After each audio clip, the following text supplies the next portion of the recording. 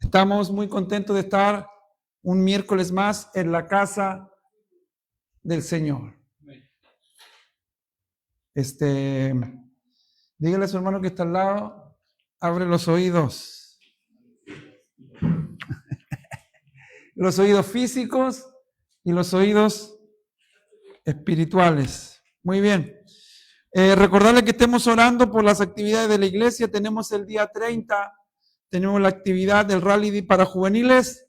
Los que quieran servir ese día sábado, si tienes un tiempito en el día, durante el día, habla con nosotros. Si quieres servir 1 hora, 1 hora y media, 2 horas, está abierto para que puedan venir a servir al Señor y sirviendo a los más pequeños de la iglesia, a los niños y a los juveniles. Así que si alguien quiere participar, está la posibilidad abierta. Si alguien quiere ofrendar, dar una ofrenda para ese día, también la posibilidad está abierta. Así también, los días domingos tenemos nuestra reunión principal a las 11 de la mañana. ¿A qué hora? 11 de la mañana. Diga conmigo, 11 de la mañana. Amén. Muy bien, los que trabajan están excomulgados. No. Muy bien. Estamos hablando, ya oramos, tuvimos un tiempo de oración, de adoración aquí en casa. Por eso vamos a entrar directo a la enseñanza del día de hoy. Estamos hablando de un tema importante que es fundamentos de la fe. En otras palabras, los fundamentos para un cristiano, los fundamentos para un siervo, para una sierva de Cristo. De eso estamos hablando, fundamentos. Y como fundamentos sabemos que el fundamento es parte esencial de lo que sea, de un edificio, el fundamento de una casa, el fundamento de una familia. Es esencial tener buenos fundamentos. ¿Te subirías tú o subirías al piso número 43 si supieras que los fundamentos del edificio son de 3 metros hacia abajo? No, ¿verdad? Ni siquiera lo pienso. Pero sabemos que si tenemos buenos fundamentos, nuestra vida va a ser más estable. Por eso se llama fundamento de la fe, porque estos fundamentos nos van a llevar a que nuestra fe crezca. ¿Sale? Muy bien. Y hemos hablado de ¿cuántos fundamentos? 3. Muy bien. El primero fue ¿quién es Dios? El primero, el más importante. Segundo, la autoridad de la palabra. Muy bien. Y tercero, fundamento de la fe, el Espíritu Santo. Y estamos hablando, y aquí estamos en esto. Este va a ser uno de los fundamentos más extensos que vamos a tener. Porque tratar de hablar de Dios, imagínate, tratar de hablar de Dios, hablar de todo lo que es Él, hablar de todo lo que es la palabra, hablar de todo lo que es el Espíritu Santo es prácticamente imposible porque nuestra mente no alcanza a explicar y tampoco a entender todo lo que es Dios. Amén. Entonces, hasta el día de hoy la ciencia se pega cabezazos, ¿verdad? Descubriendo cosas que no sabe o buscando la respuesta a cosas que están ahí durante siglos, milenios y todavía, no hay explicación. Entonces, el Espíritu Santo. ¿Qué hemos dicho del Espíritu Santo? Que es una persona, muy bien. Y como es una persona, tiene cualidades de persona. Como por ejemplo, sentimientos, ¿qué más? Pensamientos, ¿qué más? Una persona se comunica, ¿qué más? ¿Qué te parece? Ok, entonces, vamos a hablar y quedamos la semana pasada acerca de algo, de la Trinidad. ¿Te recuerdas que Dios en 3 personas? ¿Cuáles serían las 3? Padre, Hijo y Espíritu Santo. Los 3 trabajan en unidad, en acuerdo. ¿Hay alguno más importante que otro? No, porque es Dios mismo. Y hablando de la Trinidad, Dios existe. Aquí hay como un fundamento, como una definición. Dios existe como 3 personas. Por eso En el cristianismo se habla de la Trinidad. 3. La Trinidad. Sin embargo, es uno. Muy bien. Las tres personas de la Trinidad son Dios el Padre, Dios el Hijo y Dios el Espíritu Santo. Los tres son uno y funcionan en armonía. ¿Qué se entiende por armonía? Unidad. ¿Qué más podemos decir? Los músicos. Una misma sintonía, muy bien. Pero en música, ¿cómo sonaría? ¿Cómo sería? Que todo suene agradable. Si tal vez estuviéramos tocando aquí y yo empiezo a cantar desafinado, usted haría esto así como que, ¿qué está pasando aquí? ¿Hay alguien que está desentonando? ¿O hay alguien que está desafinado? ¿O alguien que está tocando en otro tono? ¿Verdad? Eso sería estar no en armonía. ¿Sí? Entonces, la armonía quiere decir que todos funcionan juntos, en unidad, etcétera, etcétera. Es imposible para la mente humana comprender a Dios. ¿Y quién es Dios? Es imposible. Sobre todo su revelación de sí mismo como la Trinidad. Hasta nuestra mente batalla un poco para entender esto de la Trinidad. ¿Cómo Dios son tres? ¿Cómo es eso? Hasta nuestra mente incluso batalla en comprenderlo. Sin embargo, vemos unidad con variedad en todas partes de la creación de Dios, lo cual ilustra, aunque en grado limitado, lo maravilloso de la naturaleza de Dios, un Dios en tres personas. ¿Ok?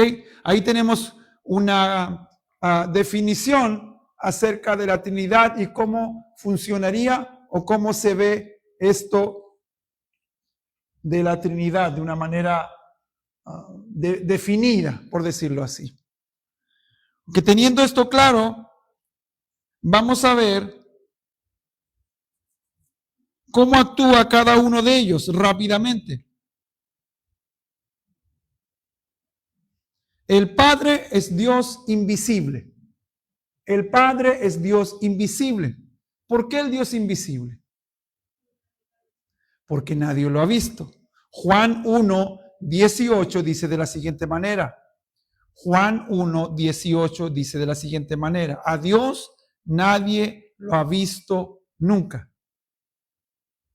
Nadie lo ha visto nunca. El Hijo unigénito que es Dios y que vive en unión íntima con el Padre, nos lo ha dado a conocer. Yo le voy a pedir que vamos a ocupar bastantes textos bíblicos hoy día. Así que yo te voy a pedir que tengas tu celular rápidamente ahí para que puedas buscar la referencia bíblica. ¿Sí? Yo le voy a estar diciendo en qué traducción la vamos a estar leyendo. Entonces busca Juan 1:18, yo la voy a leer, la estoy leyendo en la versión NBI. ¿Por qué quiero que la leas? Porque hay varios detalles en cada uno de los textos. Dice Juan 1:18, a Dios nadie lo ha visto nunca. Pero ponga atención, el Hijo unigénito que es Dios. Ahí hay una respuesta de que el Hijo es Dios. Y cuando se refiere al Hijo, ¿se está refiriendo a quién? A Jesús. Entonces dice, el Hijo unigénito, el único Hijo, que es Dios y que vive en unión íntima con el Padre. Ahí también hay un detalle importante, que está hablando de la unidad que hay entre el Padre y el Hijo. Ese es el diseño de Dios. Así deberían ser todos los padres con los hijos. Dice, en unión íntima con el Padre nos lo ha dado a conocer. ¿Quieres conocer al Padre? Amén. Entonces, conoce al Hijo, estudia al Hijo, que es Jesús. Estudia la palabra del Señor y te vas a dar cuenta que todo lo que Él hace muestra a quién, a Dios. La segunda, el Hijo es Dios revelado. El Hijo es Dios revelado. Dios invisible y el Hijo es Dios revelado. Lo leíamos en el versículo anterior, ¿verdad? Decía el Hijo unigénito que es Dios. ¿Y qué dice Juan 1 del 14 al 18? Lo voy a leer en la versión internacional. Y el verbo se hizo hombre, el verbo con mayúscula, la palabra, en otras, el logos, la palabra se hizo hombre y habitó entre nosotros. ¿Quién es la palabra? ¿Quién es el verbo? Jesús, no lo que dice Ricardo Arjona. Ahí él le inventa y buscó esa frase para que todos lo escucharan. Pero dice, el verbo se hizo hombre, se encarnó, tuvo cuerpo de hombre y habitó entre nosotros. ¿Cuántos dicen amén a eso?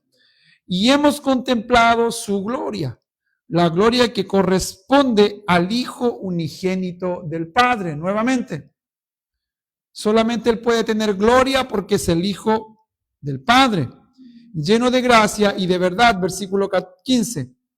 Juan dio testimonio de Él, Juan el Bautista, y a voz en cuello proclamó, este es aquel a quien yo decía, de quien yo decía, el que viene después de mí es superior a mí, porque existía antes que yo. Se dice que Juan el Bautista nació antes que Jesús. Es un poco ilógico, pero Juan el Bautista está hablando del Cristo, no de Jesús. ¿Qué significa Jesús? ¿Qué significa Cristo? Cristo significa el Mesías, el que existía desde el inicio. ¿Sí me explico? ¿Sí? Y Jesús es su nombre, por eso le decimos Jesús Cristo. Porque el Mesías, el prometido, y de ese hablaba Juan. En el fondo es el mismo Jesús. No quiero que haya aquí como una diferencia. Es el mismo Jesús, pero él está recordando al que fue profetizado hace muchos años atrás. Entonces él dice, este es aquel que yo decía, el que viene después de mí es superior a mí, porque existía antes que yo. Estaba hablando de la preexistencia o de la existencia desde el inicio de todos los tiempos de Jesús. 16, de su plenitud todos hemos recibido gracia sobre gracia. Pues la ley fue dada por medio de Moisés, mientras que la gracia y la verdad nos ha llegado por medio de Jesucristo. ¿Te das cuenta ahí cómo hace referencia a Jesucristo? A Dios nadie lo ha visto nunca.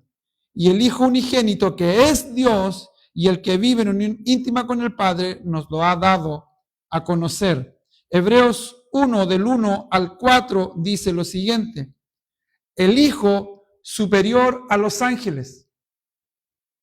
El Hijo es superior a los ángeles. Y dice, el Hijo superior a los ángeles que muchas veces y de varias maneras habló a nuestros antepasados en otras épocas por medio de los profetas. En estos días finales nos ha hablado por medio de su Hijo. A este lo designó heredero de todo. Y por medio de él hizo el universo. Entonces, Jesús existe desde siempre. Desde siempre, muy bien. El Hijo es el resplandor de la gloria de Dios. Es como decir, es igual a su papá. O sea, la gloria que tiene Dios, el resplandor que Él tiene, también lo tiene su Hijo. El Hijo que es el resplandor de la gloria de Dios, la fiel imagen de lo que Él es. Y que sostiene todas las cosas con su palabra poderosa. La palabra poderosa. Después de llevar a cabo la purificación de los pecados, después de su sacrificio en la cruz, se sentó a la derecha de la majestad en las alturas. Y ponga atención que dice majestad en las alturas. Majestad está con mayúscula, ¿sí? Como una posición de honor. Así llegó a ser superior a los ángeles, en la misma medida en que el nombre que ha heredado supera en excelencia al de ellos. O sea, si tú escuchas que los ángeles le dan más énfasis a los ángeles que al nombre de Jesús, eso está fuera de lo que enseña la palabra del Señor. Porque hay corrientes si tú pones atención a los anuncios que salen en una red social, donde se ven varios videos, ya sabes dónde, los comerciales o los anuncios dicen ahí que nosotros venimos de esto y que el ángel este y que el ángel esto otro y que esto y si tú le pones atención como que te abrazan y te hacen ver como que los ángeles fueran superiores a Jesús, y eso es falso. Amén, porque Jesús es Dios mismo. Amén. Y tercero, el Espíritu Santo, que es Dios viviendo en el hombre o la mujer. ¿Sí? Es Dios viviendo en el hombre o la mujer. Y vamos a leer rápidamente Juan 16:8, dice, y cuando Él venga, está hablando del Espíritu Santo, cuando Él venga, convencerá al mundo de su error o de su pecado, en cuanto al pecado, a la justicia y al juicio. Entonces, una persona que no ha recibido a Cristo en el corazón, no tiene el Espíritu Santo. Cuando Él venga, dice, convencerá al mundo de su error, así como los que estamos sentados aquí, ¿verdad? El Espíritu Santo nos convenció de nuestro error, de nuestros pecados, y nos trajo a la justicia. Primera de Corintios 2, del 10 al 11. Primera de Corintios 2, del 10 al 11, dice, ahora bien, Dios nos ha revelado esto por medio de su Espíritu, con mayúscula. Pues el Espíritu lo examina todo, hasta las profundidades de Dios. Ponga atención, o sea que el Espíritu Santo tiene acceso a las profundidades de Dios. 11. En efecto, ¿quién conoce los pensamientos del ser humano sino su propio espíritu que está en él? Está hablando de nosotros mismos. Cada uno de nosotros conoce sus pensamientos. Asimismo, nadie conoce los pensamientos de Dios sino el Espíritu de Dios. ¡Wow! Entonces, ¿el Espíritu Santo habla por su propia cuenta? No. Excelente, muy bien. Primera de Corintios 6, 19 y 20. Dice, pregunta, ¿acaso no saben que su cuerpo es templo del Espíritu Santo, quien está en ustedes y al que han recibido de parte de Dios? Ustedes no son sus propios dueños. 20. Fueron comprados por un precio. Por tanto, honren con su cuerpo a Dios. ¿Qué te parece? Entonces, me encantó esta definición de quién es cada uno o en la Trinidad, las formas en que Dios se revela. El Padre, el Dios invisible. El Hijo es Dios revelado. Y el Espíritu Santo es Dios viviendo en el hombre, en el creyente. No en cualquiera, en el creyente. Amén. Muy bien. Entonces, ¿dónde está el Espíritu de Dios? Hay libertad. ¿Dónde está el Espíritu? Muy bien. ¿Dónde está? En nosotros. Nosotros somos templo del Espíritu Santo. Templo del Espíritu Santo. Por lo tanto, nosotros somos los contenedores del Espíritu Santo. Y quiero que piensen esto y vaya más profundo. Somos contenedores del Espíritu Santo. Las empresas que traen mercancías de otros países, ¿en qué los traen? En barco, pero ¿en qué? En contenedores. ¿Y qué viene en el contenedor? Mercancía. Muy bien. ¿Qué pasa si yo soy el contenedor del Espíritu Santo y estoy aquí y mañana estoy en África? El Espíritu Santo se mueve conmigo.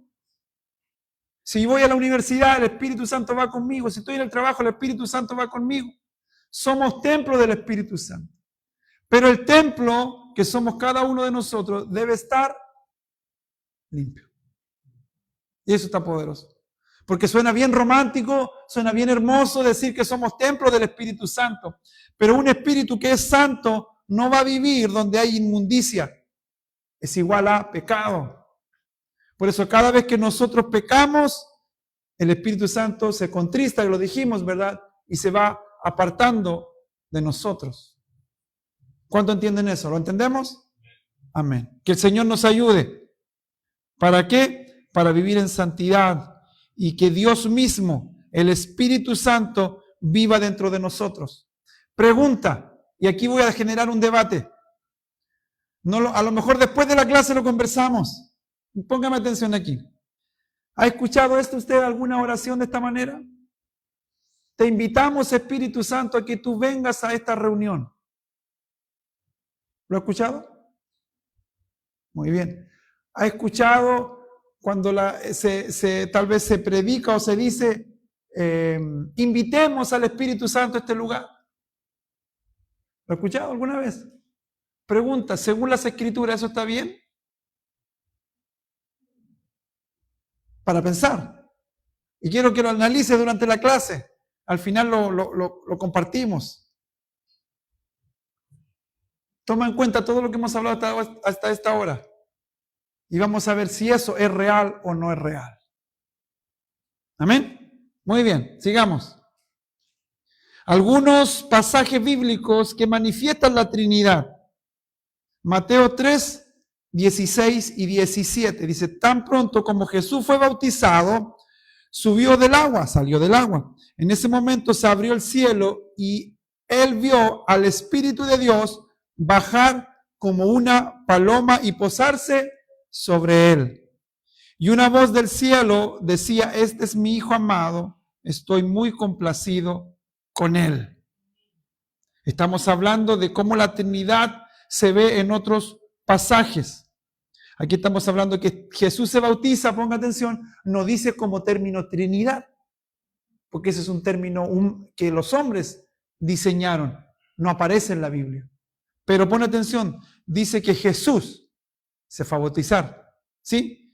El Espíritu de Dios descendió en forma de paloma. ¿Y quién habló? El Padre. ¿Estaban los tres? Sí, los tres. Muy bien. Otro pasaje que habla de la Trinidad. Mateo 28, 19. Por tanto, vayan y hagan discípulos de todas las naciones, bautizándolos en el nombre del Hijo y del Espíritu Santo. Nuevamente. En el nombre del Padre, del Hijo y del Espíritu Santo. Amén. ¿Quién dijo eso? Jesús. Y si Jesús lo dice, hay que hacerlo de esa manera. Muy bien. Otro texto. Juan 14, 16. Y yo le pediré al Padre y Él les dará otro consolador para que los acompañe siempre. ¿Dónde está la Trinidad ahí?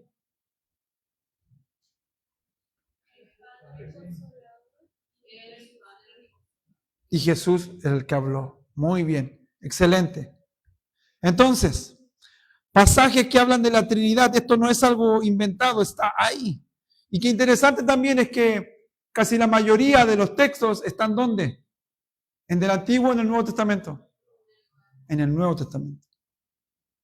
Eso también es para una pregunta que vamos a hacer más adelante. Otro texto, 2 Corintios 13, 14. 2 Corintios 13, 14.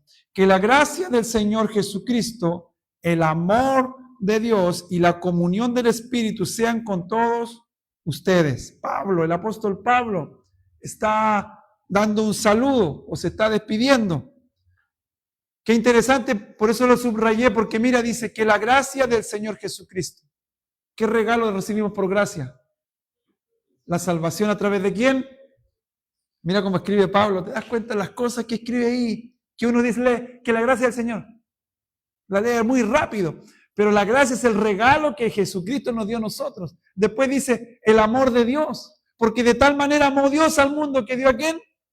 ¡Wow! Mira, y la comunión del Espíritu Santo, ¿quién nos une? Un solo Espíritu, el Espíritu de Dios, el Espíritu Santo, sean con todos ustedes. ¡Qué tremendo despedida! ¡Oh! Gloria al Señor. Ahí encontramos también, obviamente, la Trinidad. Vamos a ver otro texto. Primera de Pedro 1:2. Primera de Pedro 1:2. Dice, según la previsión de Dios el Padre, mediante la obra santificadora del Espíritu, para obedecer a Jesucristo y ser redimidos por su sangre, que abunde en ustedes la gracia y la paz. Nuevamente, ahí dejé subrayado algunas cosas. ¿Quién proveyó o quién estuvo, a quién se le ocurrió enviar a su Hijo? Al Padre. Previsión de Dios el Padre, mediante la obra santificadora del Espíritu. El Espíritu Santo a través de la palabra nos va santificando. ¿Para qué? Si no tenemos la palabra de Dios, ¿verdad? Revelada por el Espíritu Santo y santificándonos, nunca vamos a obedecer. Pero si todos estos elementos están en nosotros, se nos va a hacer muy fácil obedecer a Jesucristo. Que el Señor nos ayude. Entonces, la pregunta es, ¿quiénes han recibido al Espíritu Santo? ¿Quiénes han recibido al Espíritu Santo?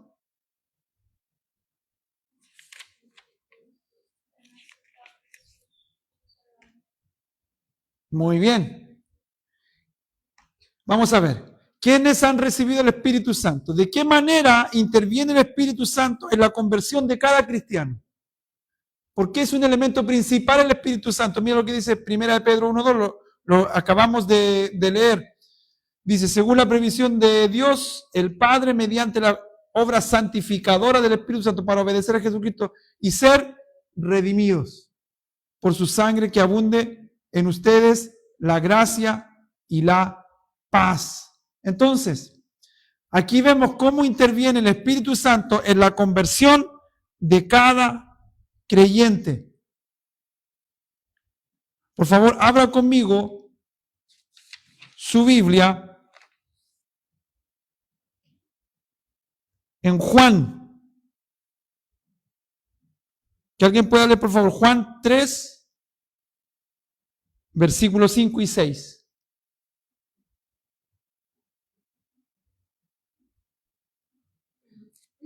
Juan 3, versículos 5 y 6.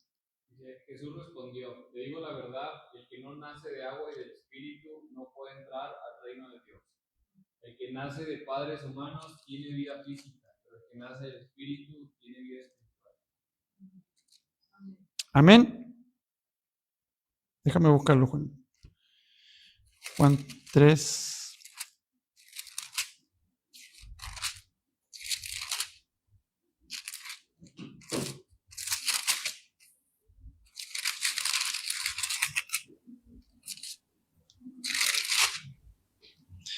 Muy bien. Yo te aseguro, dice, que quien no nazca de agua y del Espíritu no puede entrar en el reino de Dios, respondió Jesús. Lo que nace del cuerpo es cuerpo. Lo que nace del Espíritu es espíritu. Amén. Entonces, en este texto, que creo que yo aquí me equivoqué, este texto no va en esta pregunta. Iría la respuesta en Juan 3, 5 y 6, el que acabamos de leer.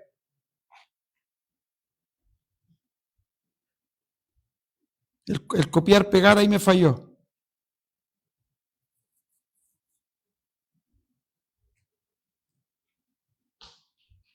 Muy bien, Efesios 1. Efesios 1, 3 y 14.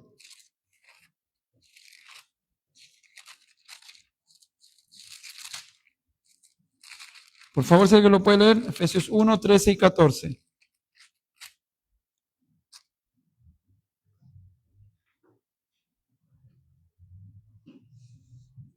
Dice, y esto mismo sucede con ustedes, oyeron el mensaje de la verdad, o sea, las buenas noticias de su salvación, y creyeron en Cristo. Por medio de él, Dios les puso el sello del Espíritu Santo que había prometido.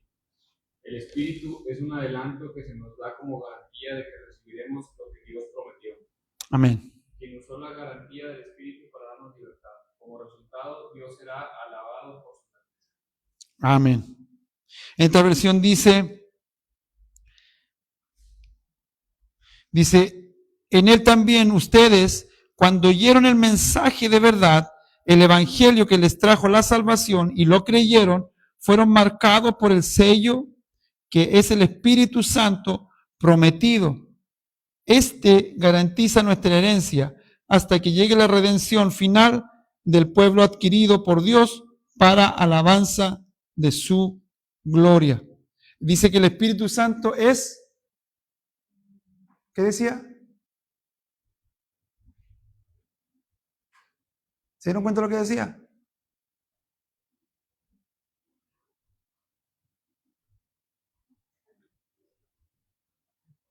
Versículo 14, ¿qué dice? Esta es la garantía. ¿De qué? De nuestra herencia. O sea, cuando el Señor dijo que Él se iba a enviar el Espíritu Santo, esa es la garantía de nuestra herencia, de lo que Él tiene preparado para nosotros.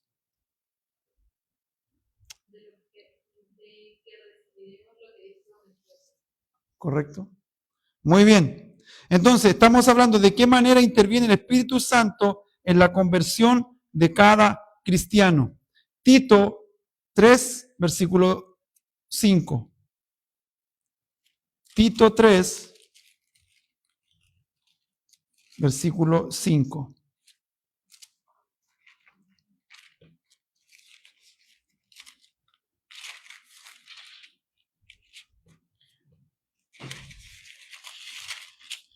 ¿Qué dice Tito 3, versículo 5? Dice, Él nos salvó gracias a su misericordia, no por algo bueno que hubiéramos hecho. Nos salvó lavándonos, dándonos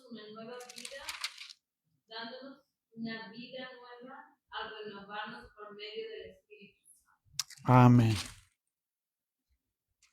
Él nos salvó no por nuestras propias obras de justicia, sino por su misericordia.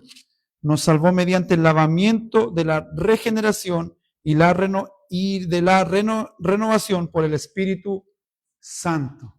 Amén. ¿Te das cuenta cómo el Espíritu Santo tiene que ver en cada cosa del creyente? Desde que Él nos convence de pecado, desde que Él es la garantía de nuestra herencia, y ahora nos está diciendo que a través de Él somos regenerados, y la renovación que tenemos por medio de ¿quién? Del Espíritu Santo. ¿Es necesario el Espíritu Santo en la vida del creyente? Por supuesto, nos transforma en un todo. Es un todo. No podemos dejar hablar solamente de Dios Padre, pero necesitamos el Espíritu Santo con nosotros hoy. Necesitamos. Por algo Él, Jesús, dejó el Espíritu Santo. Hay una razón, y esa razón es que lo necesitamos. Necesitamos de Él para ser regenerados, para ser transformados. Si no, pregúntate cómo has cambiado, cómo hemos cambiado. Es a través de la palabra del Señor, es a través de la revelación del Espíritu Santo y a través de su compañía día tras día para con nosotros. Muy bien, sigamos. Otra pregunta, voy a ver si está bien esto aquí.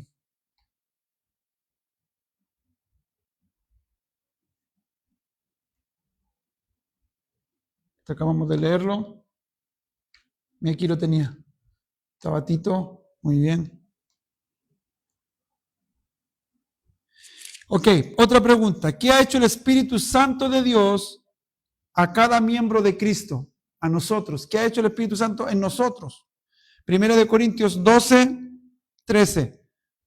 1 Corintios 12, 13 dice, todos fuimos bautizados por un solo Espíritu para constituir un solo cuerpo. Ya seamos judíos o gentiles, esclavos o libres, y a todos se nos dio a beber de un mismo Espíritu. Muy bien. Ahora, ¿qué debería unirnos a todos nosotros? El Espíritu, un solo Espíritu. Podemos tener diferencias entre uno y otro, pero nos une algo. Es el Espíritu Santo. Podemos tener diferencias. No es que a mí me gusta la pared roja. No, a mí me gusta la pared verde. Podemos discutir un poco en eso, por qué color o qué no o qué sí. Pero nos une algo, que es el Espíritu. El Espíritu Santo nos debe unir.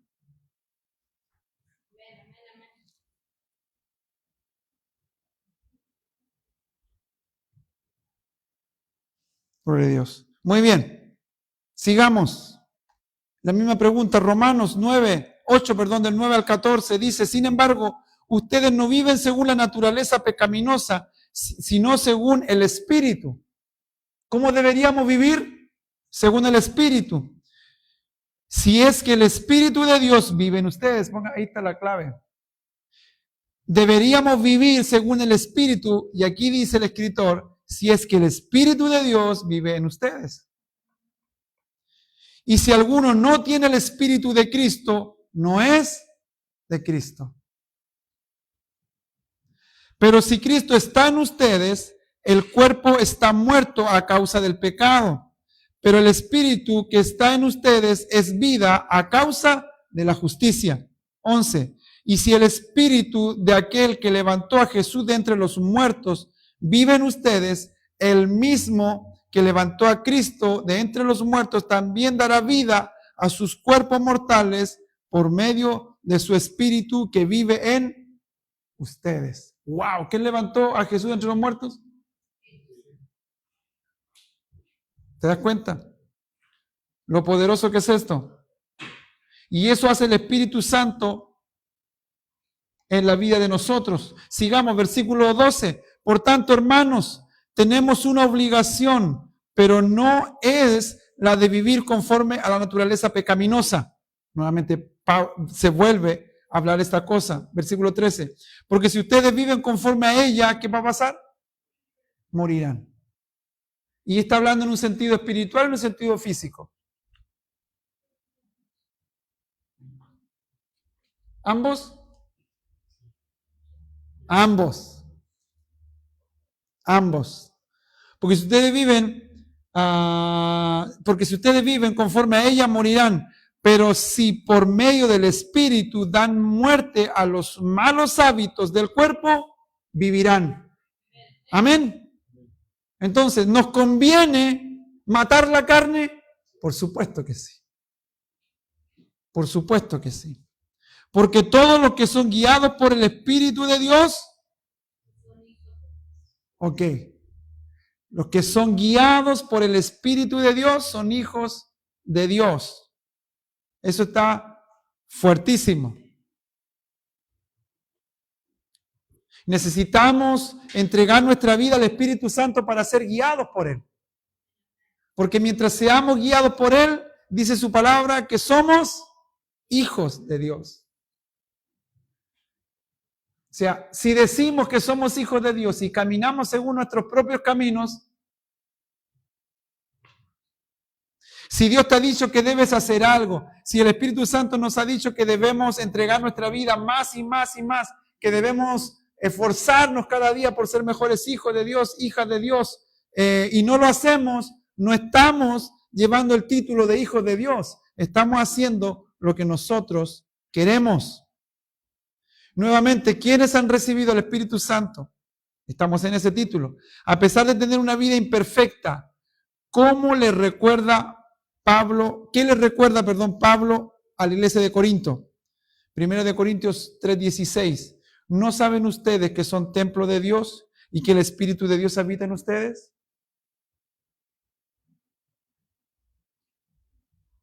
Hoy día el Espíritu Santo también nos dice a nosotros, si es que estamos haciendo algo que no glorifica a Dios, que no honra su presencia. El apóstol Pablo nos escribe, no tan solo a Corinto, sino a la iglesia Vida Nueva Monterrey, nos está hablando, y al cuerpo de Cristo nos está diciendo, ¿no saben que ustedes son templo de Dios y que el Espíritu Santo de Dios habita en ustedes? Y aquí este texto lo podemos usar también para muchas cosas más. ¿Qué pasa si el templo se echa a perder?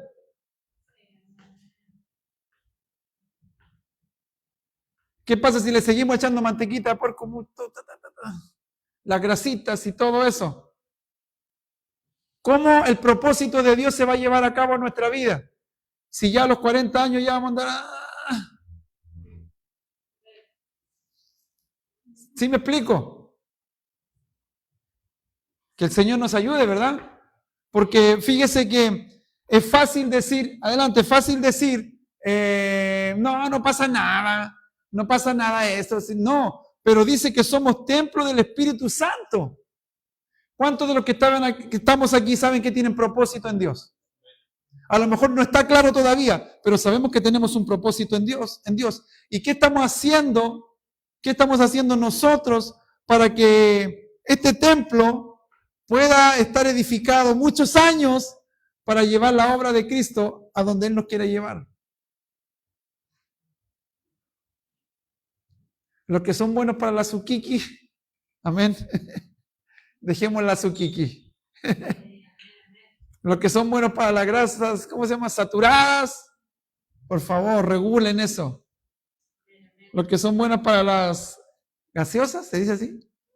Para las gaseosas, aquí estoy viendo una que dice light o cero, pero no, parece que tuviera más azúcar. Cuidemos el templo del Espíritu Santo. Porque muchas veces se ocupa, dice la Biblia, ahí está, de eso estamos hablando. Dice la Biblia y nos vamos en torno a esto, que somos templo del Espíritu Santo, de Dios, y sí, es verdad, pero el templo hay que cuidarlo. Si esto no se cuida, si esto no se pinta, si no se cambia esto, si no se cambia esto, se va a estropear. Este es un buen, ¿cómo se llama? Un buen versículo para la tesis. ¿Quería decir algo? Sí, también estaba pensando, o sea, esa es parte, ¿verdad?, de cuidar el templo en el sentido también de los negros. Pero también me llamó la atención que dice que no tenemos que andar peleándose en discordia. Y eso también es cuidar el templo del Espíritu Santo. Y también demostramos ahí que somos hijos de Dios, porque a lo que voy yo, que hoy en día tanta gente, o sea, ministros que no se ven con nosotros, que iglesias que con nosotros tampoco se llevan, ¿me entiendes? Entonces, pienso que el Señor tampoco se da eso, de que andemos con discordia y con otras personas. Amén. Amén. Entonces, 1 Corintios 3:16, ¿no saben que ustedes son templo de Dios y que el Espíritu de Dios habita en ustedes?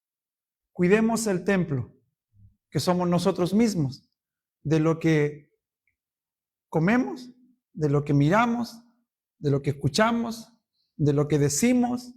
Cuidemos el templo, porque dentro de nosotros, ¿quién habita?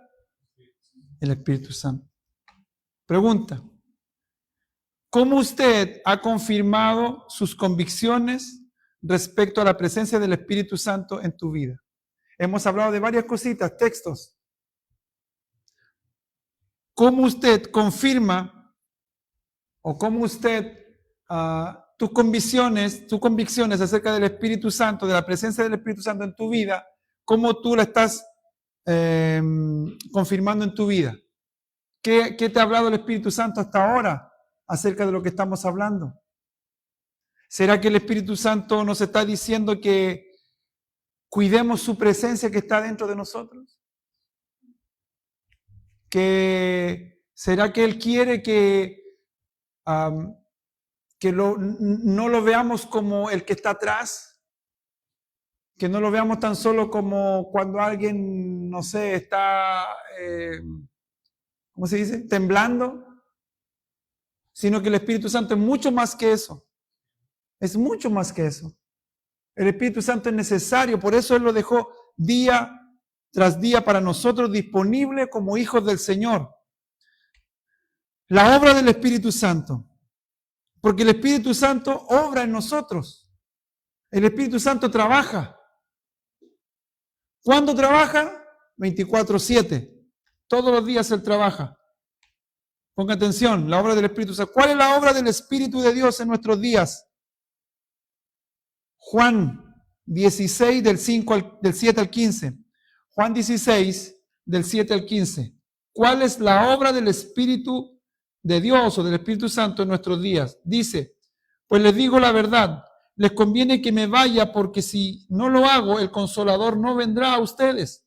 En cambio, si me voy, dice Jesús, se los enviaré a ustedes. Y cuando Él venga, convencerá al mundo de su error en cuanto al pecado, a la justicia y al juicio. En cuanto al pecado, porque no creen en mí. En cuanto a la justicia, porque voy al Padre y ustedes ya no podrán verme. En cuanto al juicio, porque el príncipe de este mundo ya ha sido juzgado.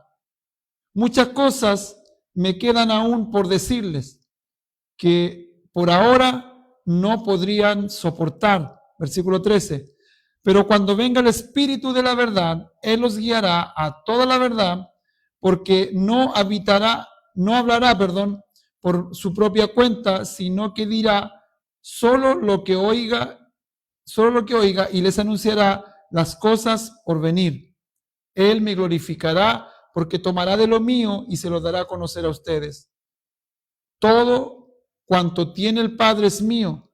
Por eso les dije que el Espíritu tomará de lo mío y se lo dará a conocer a ustedes. Entonces, según ese texto, ¿cómo obra el Espíritu Santo en nuestros días? ¿Ha cambiado la forma en la que Él obra? Así como está hablando Jesús en aquellos años. ¿Será que eso todavía está vigente? Por supuesto que sí. Está vigente. Él es el que convence de pecado. Amén. Él es el que glorifica al Padre. Él es el que glorifica a Jesús. Él es el que habla de lo que Jesús dice. Es Él. Y Jesús es interesante que dice, les conviene, muchachos, que yo me vaya. El Espíritu Santo sigue obrando. Sigue obrando. El domingo veíamos a la hermana que estaba con nosotros visitándonos y cómo el Espíritu Santo la convenció para reconciliarse con el Señor. Me contaba la pastora. Para reconciliarse con el Señor. ¿Alguien le dijo algo? No. ¿Alguien la tocó? No. Pero fue el Espíritu Santo trabajando en su corazón en ese tiempo que estuvo aquí o tal vez desde que vino la primera vez, porque la pastora me decía que había venido antes. Y tal vez el Espíritu Santo siguió trabajando hasta ese día que vino y pudo pasar, ahí la pastora la invitó a pasar y ella pudo reconciliarse con el Señor. Vemos cómo el Espíritu Santo sigue obrando. Y ahora usted mismo puede estar aquí y el Espíritu Santo te puede estar hablando, porque Él sigue obrando así como lo ha hecho desde siempre. ¿Qué hace el Espíritu Santo para un cristiano? ¿Qué hace el Espíritu Santo a favor o para un cristiano? ¿Qué dice el versículo 13 del mismo texto?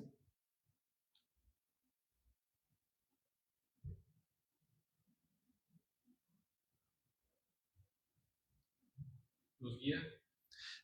Por supuesto, gracias, dice, pero cuando venga el Espíritu de la verdad, Él los guiará a toda la verdad, porque no hablará de su propia cuenta, sino que dirá solo lo que oiga y les anunciará las cosas por venir. Entonces, ¿qué hace el Espíritu Santo en la vida de un creyente hoy? Nos guía.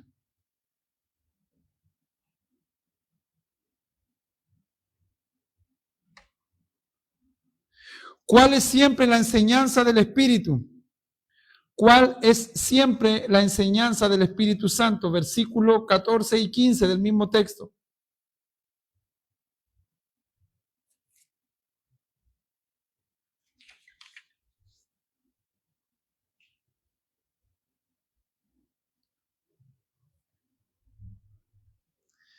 Dice, Él me glorificará porque tomará de lo mío y se lo dará a conocer a ustedes. 15. Todo cuanto tiene el Padre es mío, por eso les dije que el Espíritu tomará de lo mío y se lo dará a conocer a ustedes. ¿Qué nos enseña el Espíritu Santo? ¿Qué hace el Espíritu Santo? ¿Qué nos enseña en ese texto? Que Él siempre glorifica ¿a quién? A Jesús. El Espíritu Santo siempre glorifica a Jesús. ¿Nosotros a quién debemos glorificar? Al Espíritu Santo, a Jesús, así como Él lo hace.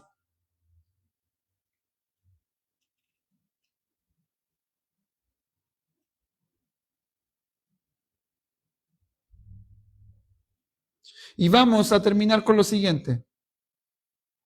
las obras de la carne versus el fruto del Espíritu.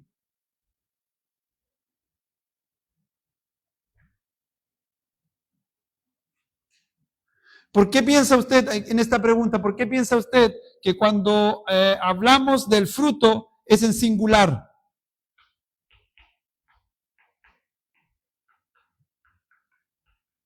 Porque aquí dice las obras de la carne y abajo dice el fruto del Espíritu. Y lo vamos a revisar, vamos a leer el texto y nos vamos a dar cuenta.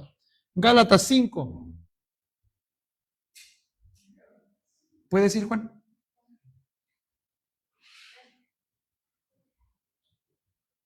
Gálatas, estamos en Gálatas 5, del 19 al 25. Gálatas 5, del 19 al 25. Buenas noches, adelante. Dice de la siguiente manera. Gálatas 5, del 19 al 25. Las obras de la carne versus el fruto del Espíritu. Dice de la siguiente manera. Las obras de la naturaleza pecaminosa se conocen bien. ¿Estás conmigo en el texto? Todo por favor, ahí en Gálatas 5, del 19 al 25. Gálatas 5, del 19 al 25. Muy bien. Sígame la lectura, por favor. Las obras de la naturaleza pecaminosa se conocen bien. Ponga atención. Inmoralidad sexual, impureza y libertinaje, idolatría y brujería, odio, discordia, celos, arrebatos de ira, rivalidades, disensiones, sectarismos y envidias, borracheras, orgías y otras cosas parecidas. Les advierto ahora, como antes lo hice, que los que practican tales cosas no heredarán el reino de Dios. Eso está profundo y poderoso, no necesita mayor explicación. Ahora, ¿cómo se le conoce a eso? Las obras de la carne. Te diste cuenta que hay muchas, ¿verdad? Muchas. Y que el Espíritu Santo nos alumbre para ver si en nuestro interior hay alguna de ellas. Usted puede decir, pastor, pero yo no ando en impureza sexual o inmoralidad sexual. Claro que sí, pero tal vez somos envidiosos. ¿Te das cuenta? O tal vez tenemos arrebatos de ira. O como decía la pastora adelante, ¿verdad? Rivalidades. Entonces, todas las personas que practican estas cosas, dice la Biblia, no heredarán el reino de Dios. Necesitamos revisar nuestra vida, necesitamos revisar nuestro interior y darnos cuenta que hay malo en nuestra vida. Pero no decir, este es un error que tengo, porque siempre decimos eso, sino arrepentirnos de nuestro pecado. Eso debemos hacer. Y no caer tan solo como en decir, es una falla, es algo... No, es un pecado y debemos arrepentirnos de eso. En el versículo 22 en adelante dice, en cambio, el fruto del Espíritu, ponga atención, no dice los frutos del Espíritu, está en singular. El fruto del Espíritu es amor, alegría, paz, paciencia, amabilidad, bondad, fidelidad, humildad y dominio propio. No hay ley que condene estas cosas. Los que son de Cristo, ¿cuántos son de Cristo aquí? Levante su mano. Los que son de Cristo han crucificado la naturaleza pecaminosa. Todo lo que te dije anteriormente. Dice, con sus pasiones y deseos. Si el Espíritu nos da vida, andemos guiados por el Espíritu. ¡Wow! Vaya conmigo también a San Juan 15:5. San Juan 15:5 y vamos a comparar estos textos. Dice, yo soy la vid y ustedes son las ramas. El que permanece en mí como yo en él dará mucho fruto. Separados de mí no pueden hacer usted nada. Entonces, Juan 15:5. Entonces, necesitamos estar y permanecer en Jesús. Necesitamos estar llenos de la presencia del Espíritu Santo para vivir y para tener fruto, el fruto del Espíritu. Porque no vamos Si nos arrepentimos y dejamos estas cosas de lado, el pecado y todo lo que hablábamos anteriormente, pero no dejamos que el Espíritu Santo venga a nuestro interior y nos transforme, no va a relucir el fruto del Espíritu.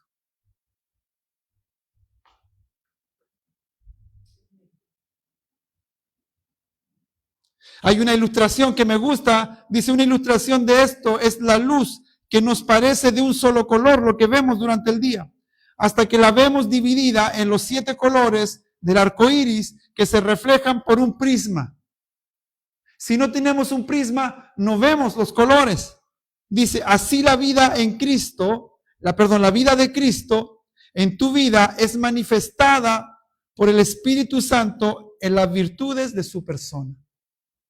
Si nosotros estamos llenos del Espíritu Santo y somos guiados por el Espíritu Santo y como que nuestra vida pasara por este prisma, a través de él vamos a ver estos frutos: amor, alegría, paz, paciencia, amabilidad, bondad, fidelidad, humildad y dominio propio.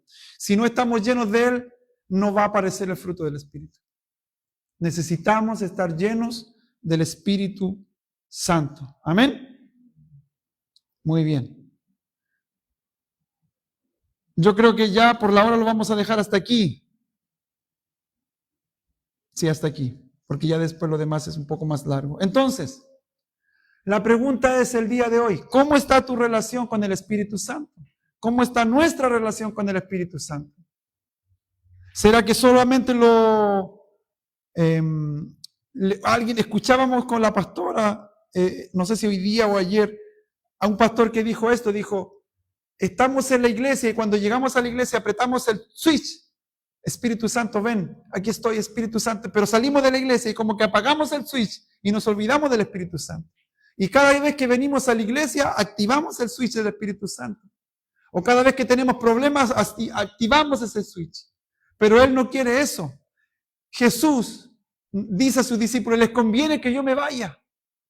Les conviene que yo me vaya para que venga el Espíritu Santo. Y Él los guiará y Él estará todos los días con ustedes. Nos conviene estar llenos del Espíritu Santo. ¿Para qué? Para ser guiados por Él, para ser consolados por Él. Escuchábamos a otro pastor que decía: el Espíritu Santo es más que el consolador, es el que creó todas las cosas. Estuvo presente desde la eternidad y estará presente hasta la eternidad. Amén. Entonces, necesitamos que el Espíritu Santo esté en nuestra vida. Necesitamos la llenura del Espíritu Santo en nuestra vida. Si usted aceptó a Cristo en el corazón, dice su palabra que Él ya lo selló. El Espíritu Santo te selló. Pero necesitamos estar llenos del Espíritu Santo día tras día. ¿Para qué? Para poder caminar en este mundo de maldad. Este mundo que busca separarnos del Señor. Necesitamos acercarnos a Él y estar llenos de su presencia. Ahí donde está, por favor, cierre sus ojos. Vamos a orar, a clamar al Señor. Padre, Espíritu Santo, te honramos y te exaltamos. Tú eres el Dios poderoso. No hay nadie como tú. Yo le voy a pedir a todos que cierren sus ojos y que oren al Señor. Padre, te necesito.